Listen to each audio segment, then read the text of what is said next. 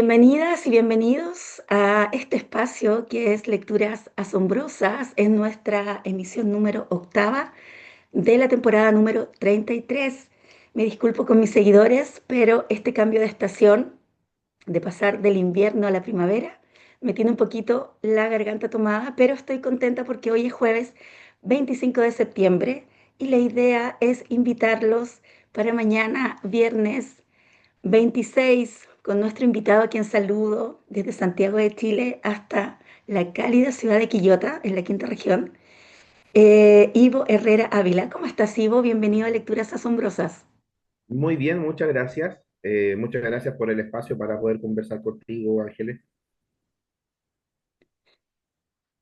Vamos a conversar con Ivo sobre su última novela que va a ser presentada mañana a las 6:30 de la tarde en la sala Aricia Moreno, en el Centro Cultural Municipal de Quillota, segundo piso. Ujú. Ciudad de Ancianos. Déjenme decirles que es un imperdible.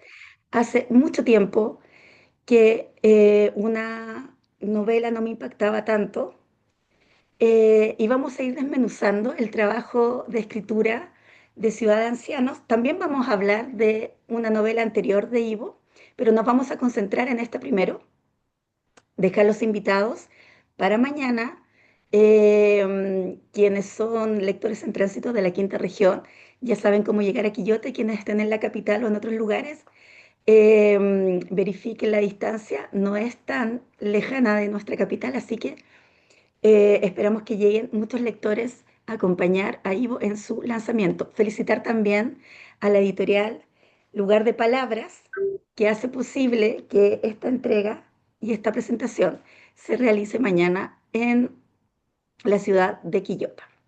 Así que están todos invitados.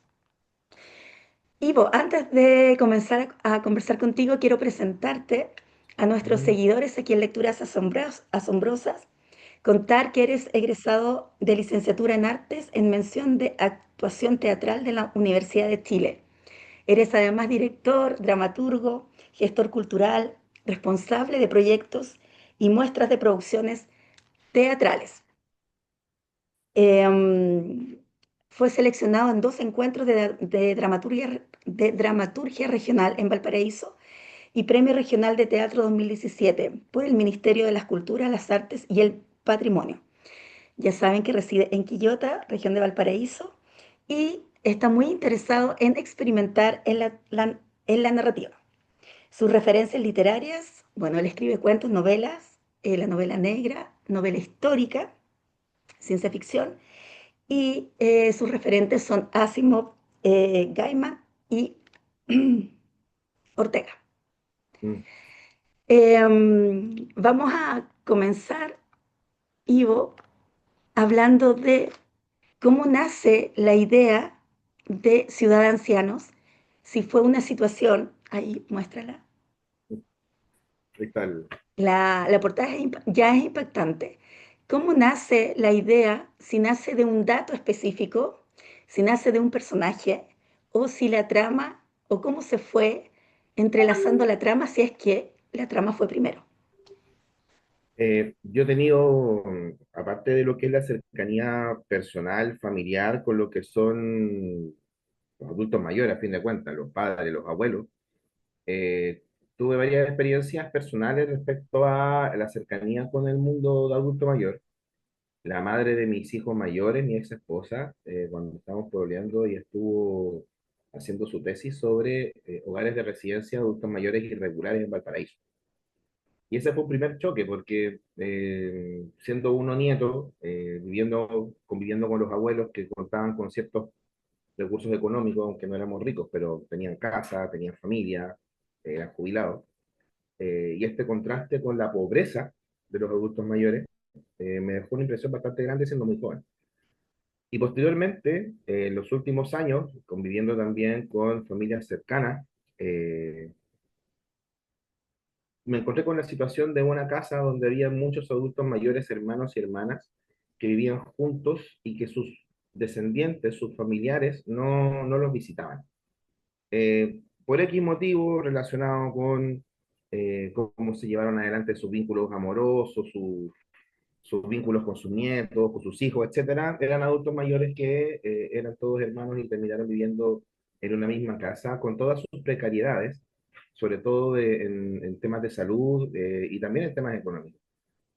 Y eso sumado a la contingencia de ir viendo, es cosa de ver un poco las noticias respecto a cuáles son las situaciones respecto a los jubilados en este país en particular, las bajas pensiones, el costo de los medicamentos, que también hace años atrás estuvieron coludidos por la farmacia.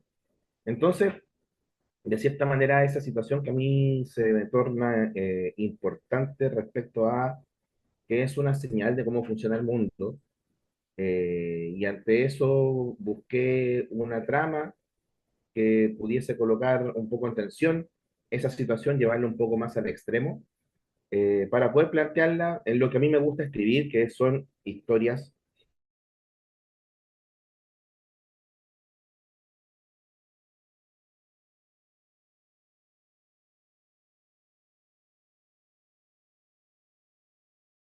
con el interés del público sobre lo que va a ocurrir. Sí, siempre me ha resultado interesante. Y ante eso, busqué una trama que tuviese relación con este tema sobre los adultos mayores, la precarización del sistema que los sostiene, la pobreza y sobre todo la violencia. Y ante eso llegué con esta historia que tiene harto. Mucha gente de las personas que ya han leído el libro y han tenido acceso al manuscrito, hablan mucho de que tiene relación con la ciencia ficción, porque como pongo la historia en el futuro, me hago cargo también de qué es lo que va a pasar con la tecnología en el futuro y la imagino y la proyecto. Pero en verdad, Ciudad Anciano, más que un libro de ciencia ficción, es un libro, al igual que los otros que he escrito en otros estilos, que a fin de cuentas tiene que ver con el ser humano, tiene que ver con la precariedad, tiene que ver con un discurso un poco del contraste entre lo público y lo privado también, entre cómo se solucionan los conflictos sociales a nivel macro y cómo también se conviven del área chica que es la familia, dentro del área chica que son las relaciones amorosas, personales. Y ante eso, lo que planteo en el libro es esta precariedad, esta situación que ya la vivimos hace mucho tiempo. Los adultos mayores en este país y en el mundo en general están votados. Pasaron desde siglos atrás donde eran los seres respetados dentro de una comunidad para poder heredar lo que son su experiencia, su información del mundo. Hace mucho tiempo ya pasaban a ser los segregados, los poco productivos. Entonces, el libro busca de cierta forma llegar a ese punto dentro de lo macabro que fue la historia que pudo desarrollar, porque sí, en comparación a las otras novelas que he hecho, aquí opté también por una dialéctica y por un imaginario que llevara a espacios bien oscuros de la naturaleza humana. Primero quiero agradecerte esta ciudad de ancianos. Hace mucho tiempo que una novela no me causaba tanto impacto. Quienes me siguen saben que este programa tiene que ver con la apreciación lectora que realizo de las lecturas que hago para el programa. Quiero compartir contigo y con quienes nos siguen algunas de las características que hacen que para mí esta novela sea un imperdible. Primero, es que está ambientada en nuestro país con datos reales, está ambientada en el año 2050. Por lo tanto, tú lo que nos muestras es este presente, pero como pasado. Los personajes están bien estructurados, no hay ningún personaje que sobre, no hay ningún personaje que tú digas y qué pasó con el personaje en el capítulo o en cierta parte de la trama. Están todos bien indicados. Eh, Hablas de las zonas de sacrificio y haces una ambientación de nuestra capital que uno intuye que es lo que sucede también en otras ciudades. No es algo no es una historia que solamente pasa en nuestra capital, sino que es el botón que tú aprietas para indicar que eso está pasando a nivel país. Tú acabas de decir de que te interesa mucho la existencia humana y lo que más me agrada de esta novela, que además de tener ese tinte de terror realista, nos hace cuestionarnos. Son personajes que viviendo en el 2050 tienen las mismas preguntas que nos venimos haciendo desde, cierto, los primeros albores. ¿Qué sentido tiene la vida? ¿Qué sentido tienen las relaciones? ¿Cómo me muevo? ¿Qué se siente el amor? Eh, una sociedad que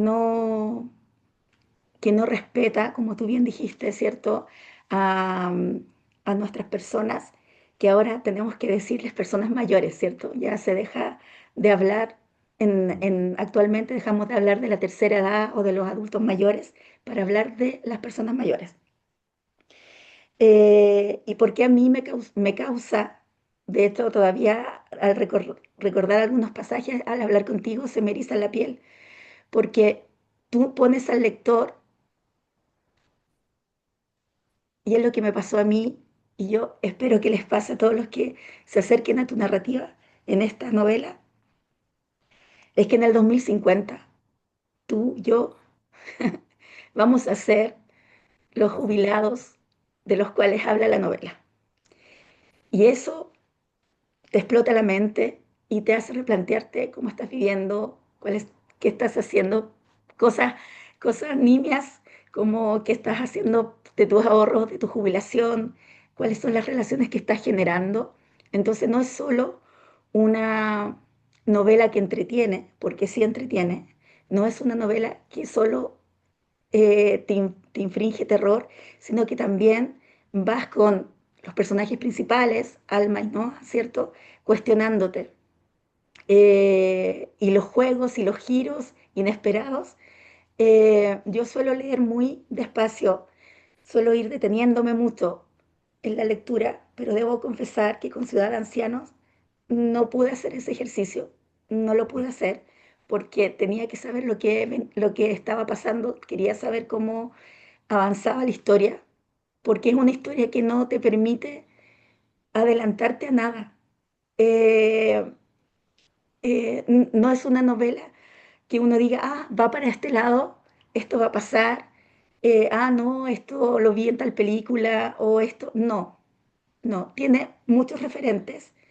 Mm. Uno puede conocer tu historia narrativa o tus gustos por las referencias que haces en la novela, pero no es una novela en que el lector vaya diciendo, ah, esto me va a llevar a esto.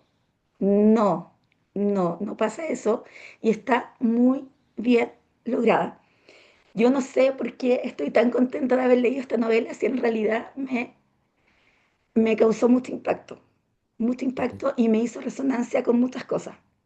Así que empecemos con Alma y Noah, que son los protagonistas. Cuéntame por qué elegiste una mujer que es además forense, ¿cierto? Y que tiene una no relación, por decirlo de alguna forma, con el personaje masculino y que tienen vidas muy disímiles y que ven la situación que están afrontando de diferente forma. ¿Cómo los trabajaste? Bueno, yo partí con Alma, pensando en el desafío de contar con una protagonista mujer. En las novelas anteriores, aunque siempre intento de que los personajes femeninos no sean decorativos, sino que cuenten con una influencia importante y un desarrollo importante en las tramas que escribo, no tenía todavía, salvo en La Casa Benavides, que es mi libro anterior, donde tomo como referente a la Beatita Benavides, que es otra historia, otro tipo de libro, etcétera. Eh, pero antes no había llegado al punto, el desafío de escribir un personaje femenino, con todo lo difícil que es, porque puta, uno es hombre, o sea, independiente de lo que uno pueda planificar, estudiar, orientar respecto a las personalidades, me resultó interesante primero trabajar con un personaje femenino que además se desenvolviera en un mundo que yo, independiente de que lo proyecto, no conozco el futuro. Entonces, ante eso, Alma representa de cierta forma lo que yo creo que van a ser las individualidades en esta sociedad individualizada. solitaria, insegura y muy apegada al único vínculo importante para ella, que en este caso es su papá, que es un adulto mayor, y que es la motivación de ella para hacer todo lo que hace. Sí me basé en personas que conozco, cercanas, respecto a, y de hecho lo coloco en el prólogo del libro, que no creo que lo hayas podido leer, pero en el prólogo menciono de que yo los personajes los pesco, obviamente como artista sensible y observador, tomo elementos y los voy complementando para después crear un personaje. No es que el personaje sea la copia de una amiga o de mi tía o de mi mamá. Voy tomando elementos para poder armar esta tridimensionalidad que son el cuerpo que se describe, las acciones que realiza, la forma de pensar, pero que muchas veces uno escribe la forma de pensar del personaje y después uno hace que cometa acciones contradictorias y eso le da también mayor profundidad al personaje que se escribe. Entonces me resultó interesante una mujer que además no fuera ni sumisa, ni melancólica, al contrario, que fuera una mujer chora, que fuera de frente, que no le importara caer bien o no. En ese sentido, Almas me resulta un personaje muy interesante y muy atractivo, porque tiene esta contradicción de repente con Noah eh, ser un poco seductora, pero después cortarle el camino a la seducción por esta misma inestabilidad emocional en la que ella está, de estar sola, de tener que trabajar para poder tener plata, para cuidar a su padre, y eso le da también un valor ético dentro del mundo donde ocurre la historia para después tomar la decisión de hacer lo que hace, que es investigar los crímenes que encuentra. Eh, a mí me gustaría conocer personajes o personas con ese nivel de complejidad también en otro tipo de lectura. Pero sobre todo con el tema de que en otras novelas que he escrito han habido personajes femeninos y, por ejemplo, y la gente me reclama de que, pucha, pero es que la mujer que salía en tu novela no terminaba teniendo algo con el protagonista. Y yo le decía que no, pues, porque no coloqué ese personaje para que al fin de cuentas sea solamente la llama erótica del investigador o del policía, etcétera. Y en este caso, por eso la tomé como referente protagónico. Y en el caso de Noah, también la proyección la hago desde esa sociedad que me imagino en el futuro, de personas individuales que, cuando digo personas individuales me refiero a que están solitarias en el mundo, que no establecen familia, que no establecen vínculos importantes. Ahora, a Noah lo vi mucho más frágil en ese sentido porque no todas las personas que eh, tienden a ser aisladas de la sociedad o que buscan de cierta manera mantener su individualidad y su libertad, por decirlo de cierta forma, no todas corresponden a esa perspectiva de gente ganadora y sumamente eh, autosuficientes emocionalmente. También dentro de este espectro actual y en el futuro están los hombres frágiles, los hombres que esta soledad la llevan a pesar de ellos, que les gustaría establecer vínculos más importantes, pero que no pueden por timidez o por otras cosas. Evo, igual haces trampa porque acabas de decir lo llevo hacia el futuro, pero son solo 25 años. O sea, Mm, de lo que estamos ahora con lo que sucede, son solo 25 años y uno saca la cuenta. Em, y confío plenamente. Bueno, tú sabes que la ciencia ficción siempre tiene esa connotación de que va como develando lo que va a pasar, ¿cierto? Yo confío que tu novela sea también un llamado de atención mm, para que no suceda lo que cuentas ahí, para que tomemos conciencia como sociedad, porque los problemas que se presentan en Ciudad Anciana, como bien tú dijiste, son problemas actuales que se vienen arrastrando en nuestra sociedad desde hace mucho tiempo claro. eh, y que tienen que ver también cómo con toda la globalización, la tecnología, pero también tiene que ver cómo estamos educando, Mm, y hablo en plural, porque tú y yo y la mayoría de la gente que te va a leer, ¿cierto? o son padres, o son tíos, o son abuelos, ¿cierto? ¿Cómo estamos educando estas nuevas generaciones que yo pondría que si me dijeran cuáles son los personajes principales de tu novela, además de Alma y de Noah, yo diría que son los profesionales que en esta época son nuestros niños o adolescentes, Sí, em, que son para mí el tercer protagonista. Y en ese sentido es devastador. O sea, para mí como mamá de tres varones, tu mm, novela es devastadora. Entonces, no es una novela que solo entretenga, sino que también tiene esa cosa de, oye, despierten, miren lo que estamos haciendo, cambiemos, mejoremos, veamos, pongamos el foco de atención. Eh, yo me imagino lo que tú cuentas, que debe estar pasando en estas sociedades más, que debe estar pasando actualmente, ¿cierto? En estas mm, sociedades más avanzadas tecnológicamente que nosotros. No sé, mm, mientras leía tu novela veía una noticia que en Corea del Sur están haciendo un programa para pagarles a latinas que vayan a casarse con coreanos, porque ya antes del 2030 su población va a ser muy mayor. mm. Entonces, además, son sociedades espejo de lo que de lo que no puede ocurrir. Y no quiero ser fatalista, no quiero ponerme fatalista, pero es lo que me removió de tu novela. Y en ese aspecto tiene un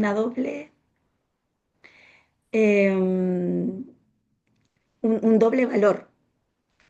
Es una historia entretenida que nos saca un poco, pero además nos tiene esa fuerza de de cuestionarnos. Y en eso yo creo que hay que también poner ojo.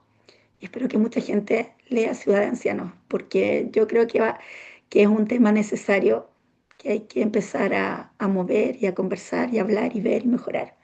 Así que no sé si tú lo pensaste de ese modo, no sé si esperas que los lectores tengan esta visión parecida a la mía, o qué es lo que esperas tú de los lectores.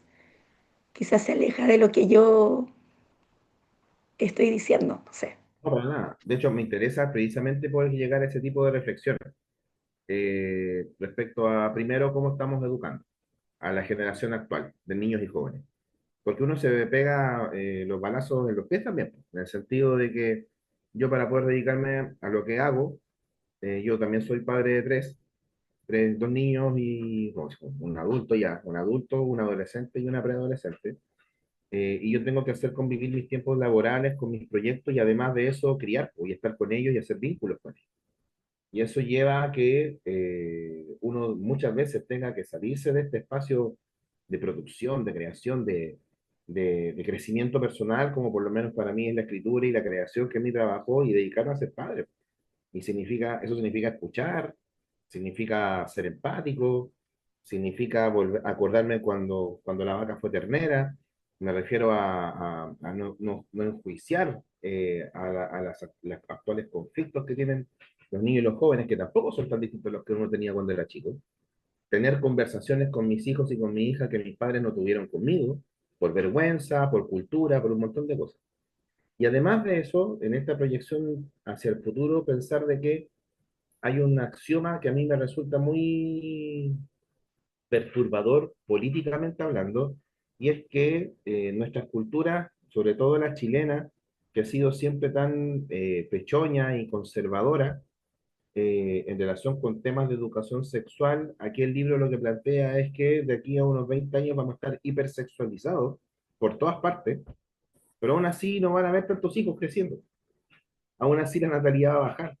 Entonces, que la sexualización de la sociedad y que la práctica de la sexualidad íntima no tiene relación con el desarrollar vínculos amorosos, per se. Por ende, hay una reflexión que creo yo que nos falta hacer todavía sobre que mi generación, la generación de nuestros padres que vivieron con todos los tabúes relacionados con lo que es la sexualidad y en este momento también con lo que son las minorías y la aparición de las minorías sexuales en esta sociedad ampliada en la que estamos, son temas distintos. Que la baja de natalidad no tiene que ver si la gente tiene o no sexo, sino que la baja de natalidad tiene que ver con un asunto de vínculos, de proyección de vida, de cuáles son los objetivos de cada persona, cuáles son los objetivos que te enseña la sociedad ahora, para dónde te apuntan los medios de comunicación, para dónde te apuntan los contenidos que usualmente estás viendo en Internet, en las redes sociales. Viaja, conoce el mundo y que encuentro que está bien también. Viaja, conoce el mundo, invierte en ti. Y después, si es que quieres, abres el espacio para la familia, para hacerte cargo, para hacerte responsable de otra vida, que en este caso son tus hijos, tus hijas. Eh, y eso creo que ese axioma es importante que, por lo menos a mí me interesaría que el público también lo pudiese, los lectores, digo, siempre digo público porque vengo al teatro, pero los lectores también pudiesen atisbarlo. Eh, y sobre todo lo que dices tú, Ángeles, sobre el presente, de estos personajes como los macabros que aparecen, ese trío de macabros que andan dando vuelta por ahí, esos son resultados precisamente de cómo nosotros estamos criando ahora. Sí, yo no quería tocar el tema de los macabros, de este trío, porque creo que es una de las sorpresas que nos regalas como advertencia. Ojo aquí con esto. Eh, Además, para no hacer spoiler Claro, de tanta emoción. Eh, Ivo, tengo otra, otra visión, otra panorámica que me gustaría conversar contigo. Mientras, recuerda de tener ahí un fragmento que nos quieras leer en un ratito más, yo te voy a avisar cuándo, que tiene que ver con el estilo narrativo. ujú. Eh, Ahora uno entiende por qué eres, así como narrador, tan buen dramaturgo. ¿Has pensado en una posible obra teatral a partir de Ciudad Anciana? No, no, porque en ese sentido soy súper cuadrado. Yo hago teatro de cierta forma, donde ahí me involucro con los temas desde otro lado. Y para mí lo que es el espacio narrativo es un proyecto sumamente íntimo. Yo me puse a escribir un poquito antes de la pandemia, buscando un espacio de creación porque llevaba mucho tiempo dedicándome a la gestión cultural y tenía eh, la, la paradoja de estar trabajando en un centro cultural, con un teatro, con salas de ensayo, con un montón de artistas dando vueltas, pero no teniendo tiempo para hacer teatro. Entonces, después de 3 4 años en que me di cuenta que me estaba convirtiendo en un monstruo, puertas adentro y puertas afuera, porque me pasaba haciendo planificaciones, cartas de compromiso, Excel, etcétera. Busqué el espacio de creación en lo que es la narrativa. Primero me preparé también. Tomé talleres con el Hugo Riquelme, taller con la Paulina Bermúdez. Tomé igual un taller de dramaturgia con la Carla Zúñiga, ya antes había tenido talleres antes con Luis Barrales, eh, con, con otras personas. Y resulta que primero me preparé en lo que correspondía al tema narrativo para después, posteriormente, lanzarme a escribir. Siempre pensando en que para mí, como vengo del mundo académico, igual, pues si yo estudié en la universidad, esto, entonces soy de los que entiende que el ejercicio se complementa con la lectura del otro, en este caso, así como una obra de teatro se complementa con el público. De hecho, en el prólogo también lo menciono, yo no ocupo las novelas, aunque obviamente pasa por el filtro de lo que son mis intereses, etcétera, pero a mí no me interesa desahogarme de manera intuitiva o vomitando lo que a mí me pasa interiormente. Yo para eso tengo, pucha, tengo mis vínculos más cercanos, tengo mi espacio de seguro. En cambio, en la novela lo que me interesa es plantear temas y que la gente se entretenga. Primero, que la gente se entretenga y plantear temas que ayuden a llevar adelante algún tipo de reflexión. Entonces, lo que yo hago en la narrativa es en ese formato. De hecho, yo tengo mi primer libro, se llama El hombre del maletín, que está ambientado en el mundo del fútbol y mucha gente también me ha dicho, "Ah, haz una obra de teatro con eso". Y dije, no, no, hágalo ustedes, pues. Si les gustó el libro, compañero, compañera, haga la adaptación, no tengo ningún problema. le presto los derechos, no, yo no me voy a hacer millonario cobrando el 10%, pero ya, hagámoslo, pero háganlo. Pero no, para mí el trabajo termina cuando se publica. Estamos hoy, jueves 25 de septiembre, en nuestra emisión número 8 de nuestra temporada número 33, en esta conversación tan profunda, tan existencialista con el escritor chileno, dramaturgo también, gestor cultural, Ivo Herrera Ávila, conversando de su última, de su nueva novela, no de su última, de su nueva novela que va a ser presentada mañana en Quillota y a la cual están todos cordialmente invitados. Ivo, te invito a que nos regales un fragmento de Ciudad de Ancianos que se convierte en la lectura asombrosa de nuestra emisión de hoy. El tiempo es subjetivo.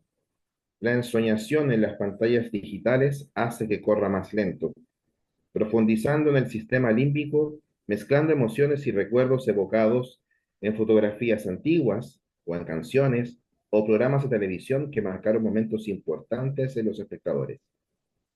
10 minutos pueden convertirse en 2 horas para el organismo. El agotamiento cerebral de órganos comprometidos y la fatiga por el ejercicio de respuesta a los estímulos externos causan un efecto de disociación que sumerge a las personas en estados de baja conciencia, reduciéndolas al estado de sistemas nerviosos que reaccionan sin reflexionar en lo que hacen, lo que ven y lo que escuchan.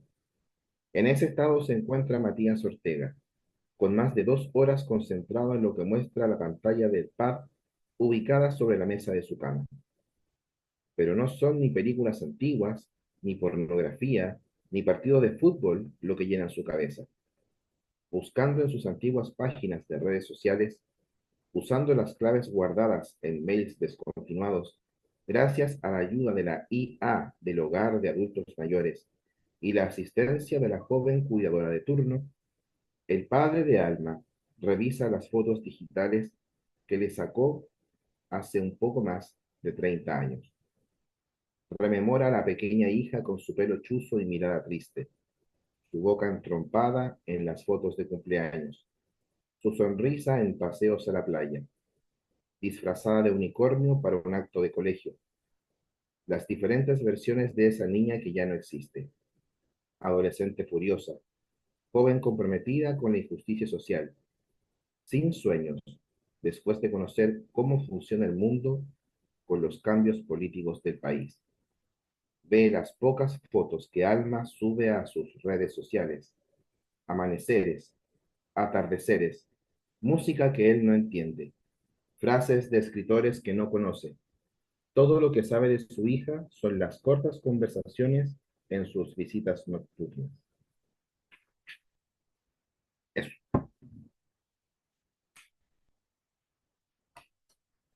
Gracias por esa lectura.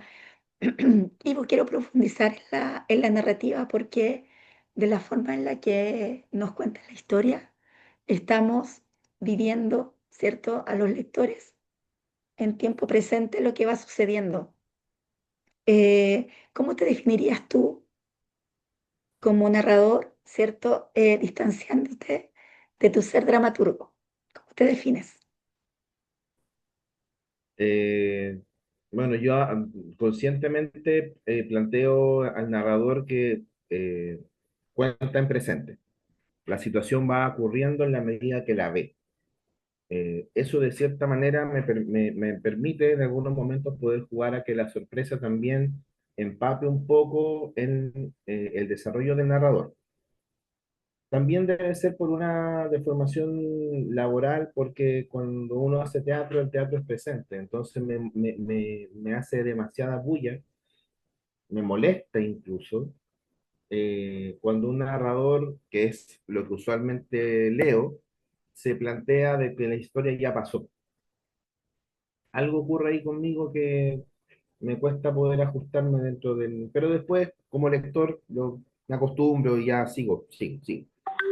En relación con eso, me tuve que hacer cargo desde el narrador de tener que estar muy pendiente de tanto del desarrollo de los personajes como también de lo que es la descripción de los espacios y del ambiente. Y convertir cada espacio donde ocurren las acciones y las escenas en un todo.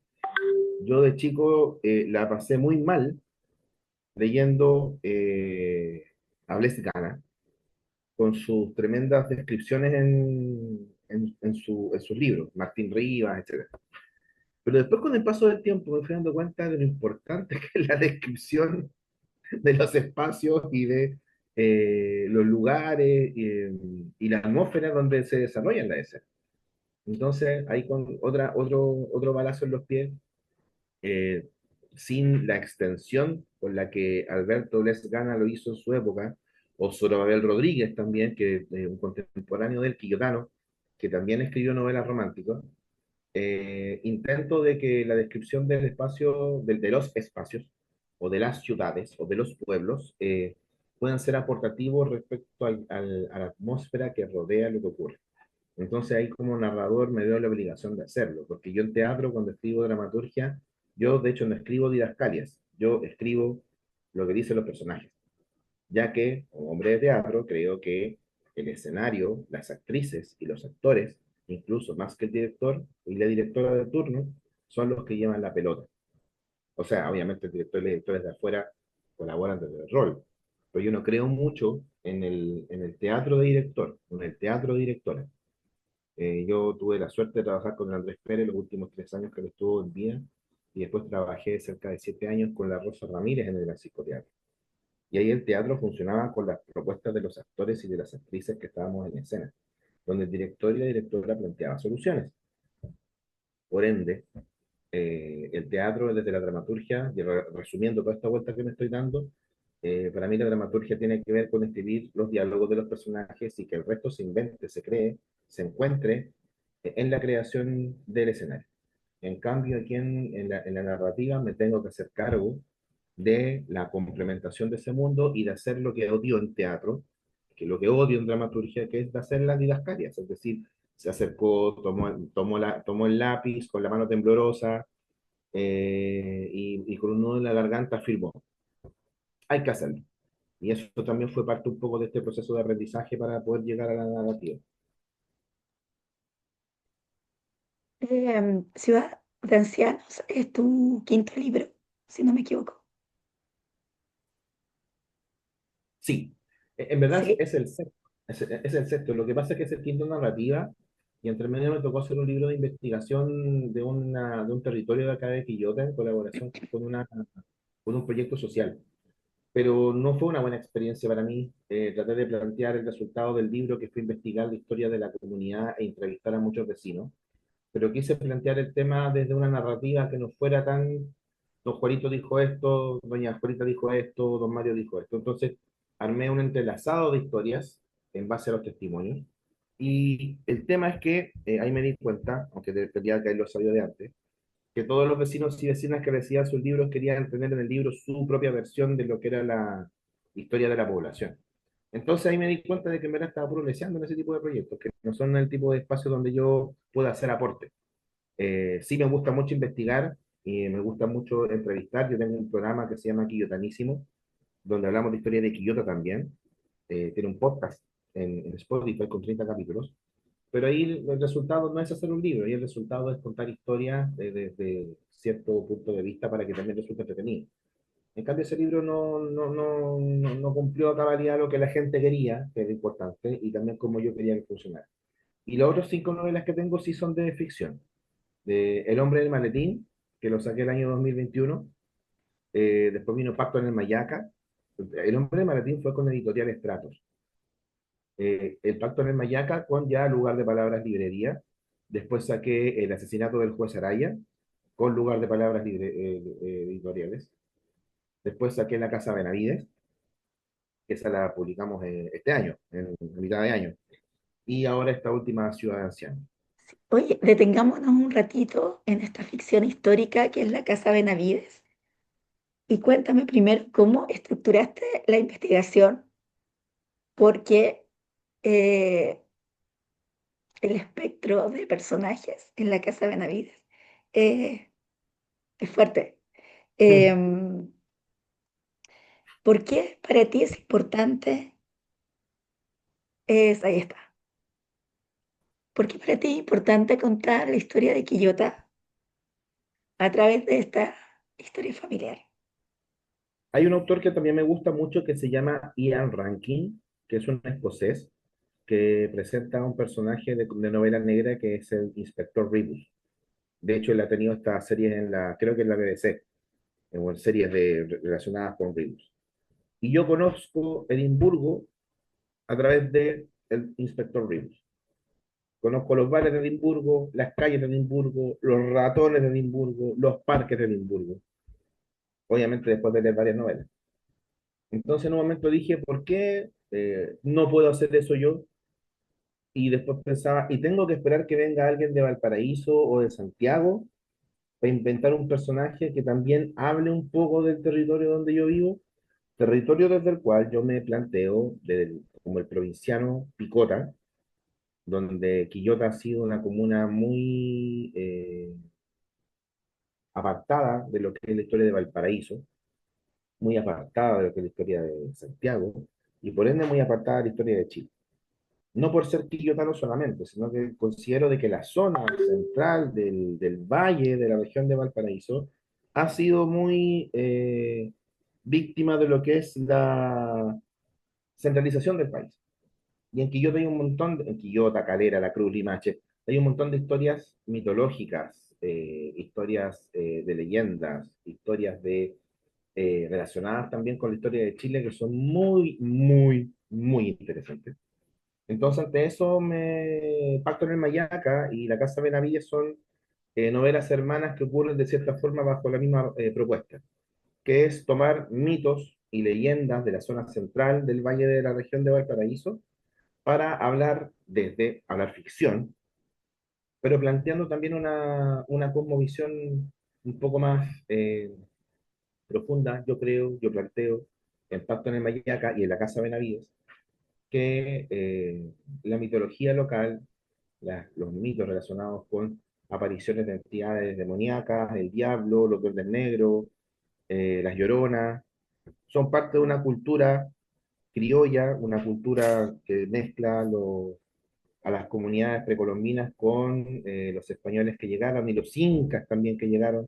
Nosotros fuimos parte del Imperio Inca y eso como que aquí da lo mismo, pero fuimos parte del Imperio Inca también, sometidos por el Imperio Inca, y que eso tiene una pugna cultural heredada del enfrentamiento con lo religioso y lo católico.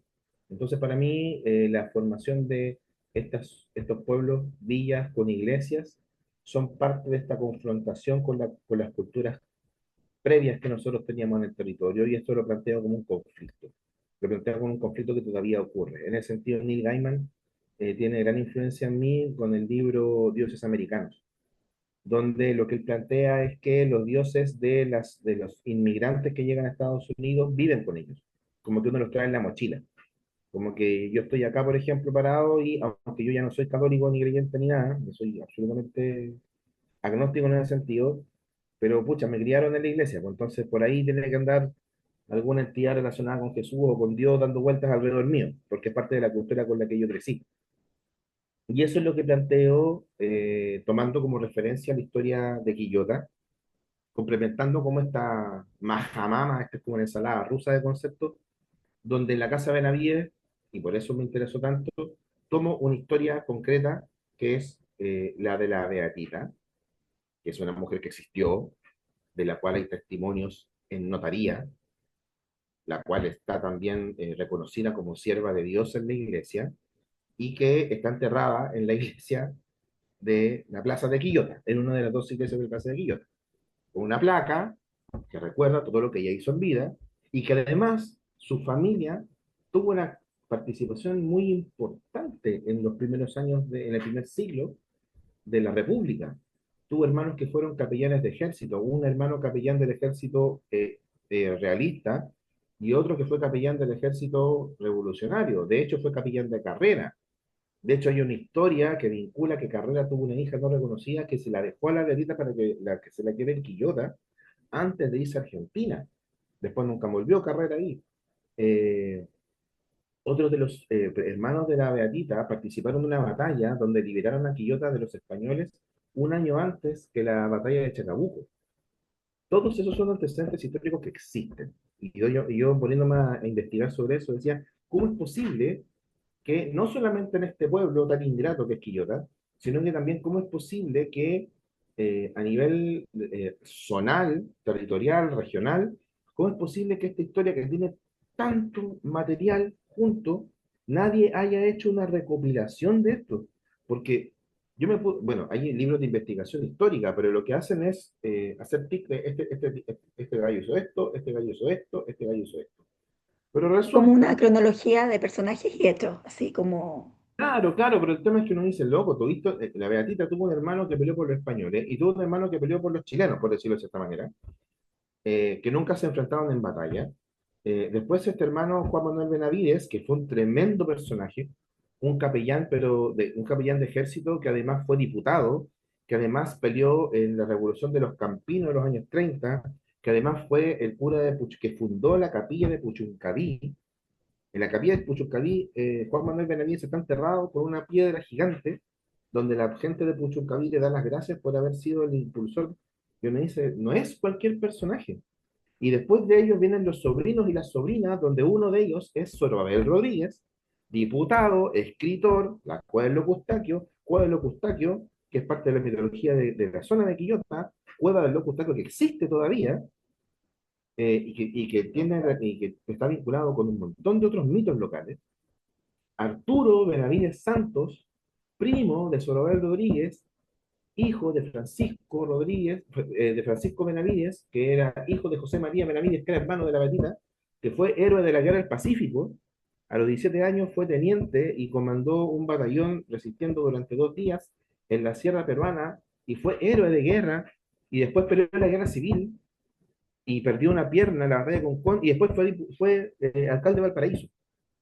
Y que además él era el padre de Leonor Benavides Bruce, que fue una de las primeras amantes que tuvo Salvador Allende, por cual él, Salvador Allende, con Rodrigo Retti, se agarraron a balazo en Quinta Normal, en un duelo amoroso.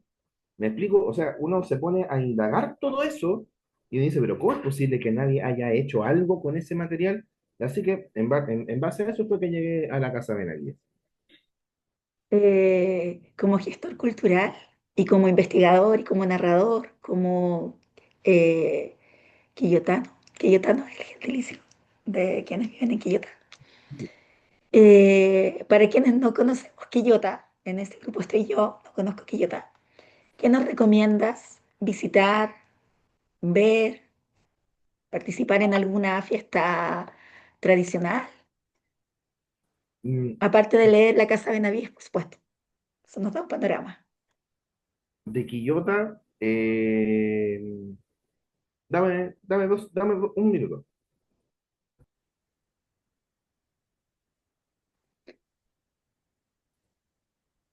Ya, de Quillota, bueno, nosotros tenemos varios hitos.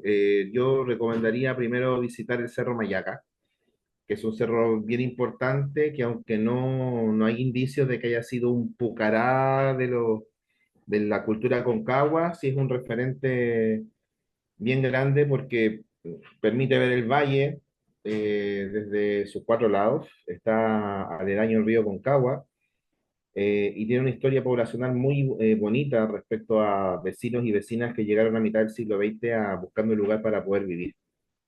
Y además está relacionado también con la historia de Quillota, porque es el lugar donde Michimalonco recibió al primer español que llegó a Chile, que eso es parte de las historias que también que no entiendo por qué no se han propagado mucho, que fue Gonzalo Calvo de Barrientos, que fue un español desorejado que llegó antes de Diego de Almagro. De hecho, tengo un libro que el próximo año vamos a sacar con Lugar de Palabras, que trata precisamente sobre una ficción histórica sobre ese personaje. Otro lugar importante es el Estadio de Quillota, pero el Estadio de Quillota no es importante por el estadio, sino que porque bajo el estadio está el cementerio indígena más grande de Chile. Pacto en el Mayaca trata sobre eso, de cuando se descubrió este hallazgo arqueológico en una reconstrucción que se estaba haciendo del estadio cuando el San Luis de Quillota subió a primera división en el año 55. De Quillota también recomendaría conocer sus sectores culturales como Boco y Rautén, que son lugares hermosos, de una vegetación y de unos parajes muy lindos para poder observar, aledaños también a lo que son los humedales del río Aconcagua. Bueno, la plaza de Quillota referente también, siempre se ha dicho que es una de las plazas más lindas de Chile. Tiene una particularidad que tiene dos iglesias, y además en el casco central de Quillota hay cerca de cinco iglesias más. Y eso es parte de una consecuencia de que el pueblo, la comunidad de Quillota antes quedaba en otro lado. Y después de su fundación en 1717, se hizo la villa donde ya habían iglesias. Entonces contamos con estos chistes de ser la única plaza en todo Chile que contamos con dos grandes iglesias en la plaza, que a su vez también están interconectadas por túneles subterráneos, que es parte de la mitología también de la comuna. Hay gente que dice que no existen, algunos creemos que sí existen. Hay algunos libros antiguos que hablan sobre eso. Eso, bueno, acá hay gente que le gusta recomendar ir a la escuela de caballería, la antigua escuela de caballería, que actualmente es el regimiento granadero. Es un espacio histórico, con luces y sombras. Ahí estuvo también, fue un centro de, no de detención, pero está relacionado con lo que fue la desaparición de quillotanos para el golpe de Estado. Pero también es cierto de que ese espacio está relacionado con la antigua capilla de la Hacienda San Isidro, que fue una hacienda muy grande de la comuna, vinculada con la familia Waddington en el siglo XIX, con todas sus luces y sombras. También me refiero a eh, esclavismo en su momento, pero también estas hermosas construcciones antiguas que todavía sobreviven en lo que es el regimiento de granaderos. Hay un gomero gigantesco, gigantesco. Está enterrado también el caballo Guaso, que es el que hizo el récord de salto con el capitán Larraguibel en los años 40. Eh, Está el sector también, bueno, La Palma, San Pedro de Putupur, con el cajón de San Pedro, con las vías rurales donde también hay harta mitología por ese lado. Esos son los lugares, yo creo bueno, está el Museo Histórico Arqueológico de Quillota y la biblioteca, que quedan en la única casa colonial que es patrimonio del Estado, casa colonial donde pasó su última noche en libertad Diego Portales también. Dentro de las iglesias que están en la plaza de Quillota está la Santo Domingo, que es la iglesia roja, donde también Portales estuvo prisionero un par de noches, y donde está enterrada la Beatita Benavides. Hay estos antecedentes interesantes para poder mencionar sobre Quillota. Oye, desde aquí, desde Lecturas Asombrosas, saludar a los ciudadanos de Quillota, ¿cierto? Que mantengan estos lugares patrimoniales, que mantengan sus tradiciones. Agradecer también al director editorial del Lugar de Palabras, don Enzo Reyes, que me hizo llegar tus novelas, por el contacto de poder entrevistarte, de conocer tu narrativa y de invitar, ¿cierto?, a través de lecturas asombrosas que se acerquen. Nosotros siempre invitamos a nuestros seguidores, a nuestros lectores en tránsito, a esta comunidad hispanoamericana, ¿cierto?, de poder realizar nuestras bibliotecas por autor. Así que no solamente quedarse con Ciudad Anciano, la Casa de David, sino con tus libros y hacer esta pequeña biblioteca o gran biblioteca del escritor chileno Ivo Herrera. Ivo, para concluir nuestra conversación, algo que quieras enfatizar, que quieras decir antes de cerrar nuestra conversación. Bueno, me gustaría invitar a las personas que han visto el video, la entrevista, de que puedan obviamente conocer el trabajo de Lugar de Palabras. Es una editorial que se la está jugando por sacar muchos autores de provincia, de la zona, también de lo que es la región de Valparaíso, donde muchos nos vinculamos desde la ficción en diferentes estilos. Por el lado mío, así como está Ciudad de Ancianos en ciencia ficción, La Casa Benavides, que es más suspenso y fantasía, pero también es novela histórica, o El asesinato del Araya, que también está basado en un hecho real, pero que es una novela negra, que está basada en hechos históricos. También hay otros autores que deambulan entre lo que es la poesía y también la narrativa de territorios como Petorca, Cabildo, la misma Viña del Mar, que están plagadas de imaginarios que son interesantes de poder conocer como identitarios también, ¿no? Como que tienen una consecuencia o un espacio, creo yo, dentro de lo que es la gran cultura latinoamericana. Y eso, está en mi Instagram, @Ivo Herrera Autor, donde yo trato de mantener comunicación constante con las y los lectores de los libros. Y eso, porque todo comentario, así como mencionaba antes, que yo creo que el ejercicio creativo se complementa con el público, se complementa con los lectores. Todo comentario yo lo recibo así con el corazón abierto y súper feliz porque es precisamente lo que busco. No, no solamente que me digan que la novela les gustó o no, obviamente me pone muy feliz darme cuenta que no estoy pegando palos de ciego, pero sí, también me resulta muy nutritivo el poder recibir comentarios de, no sé, pues, de que no les gustó de cierta resolución de alguna escena, cierto personaje, o que les resultó incoherente la trama. Esas son cosas que a mí yo estoy expuesto absolutamente a poder escuchar y recibir, porque creo que es parte del ejercicio de crear. Porque si no, para eso me quedo con las cosas escritas en mi casa, no me las leo yo solo y me felicito yo mismo, porque no es la idea. Oye, decir lo vertiginosa que se vuelve la novela en sus últimas 15 páginas. Todo lo que sucede, todo lo que hay que estar atento, todo lo que no hay que perderse. Sí, po. Y uno queda así como, oh, ¿cómo? Ujú. ¿Cómo terminamos así? Eh, bueno, Ivo, agradecerte tu presencia, el tiempo, desearte mucho éxito mañana en la presentación, Espera. animarte a seguir escribiendo, a seguir rescatando estas historias y también que tu forma narrativa sea sea un impulso, un ejemplo para otros escritores y escritoras de tantas regiones y lugares hermosos de nuestro país, y de todas esas historias y lugares que nos hacen, ¿cierto?, ser chilenos y que están ahí esperando por un ojo observador, paciente, investigador, y que podamos tener también contar con historias de otras partes de nuestro Chile. Así que eso también es un ejemplo, es una motivación. Así que desde aquí agradecerte, desearte el mayor de los éxitos, seguir en contacto.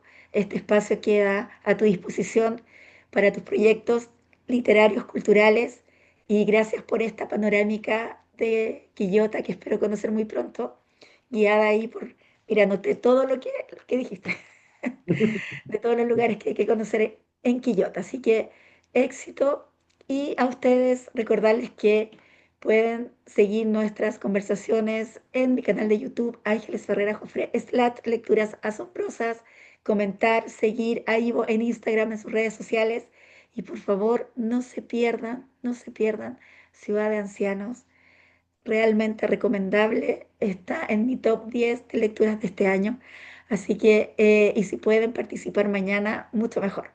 Desde Santiago, Ivo, un gran abrazo, a ustedes también, como siempre, lecturas asombrosas todos los jueves al mediodía. Los espero la próxima semana. Muchas gracias. Gracias, Ivo. Gracias.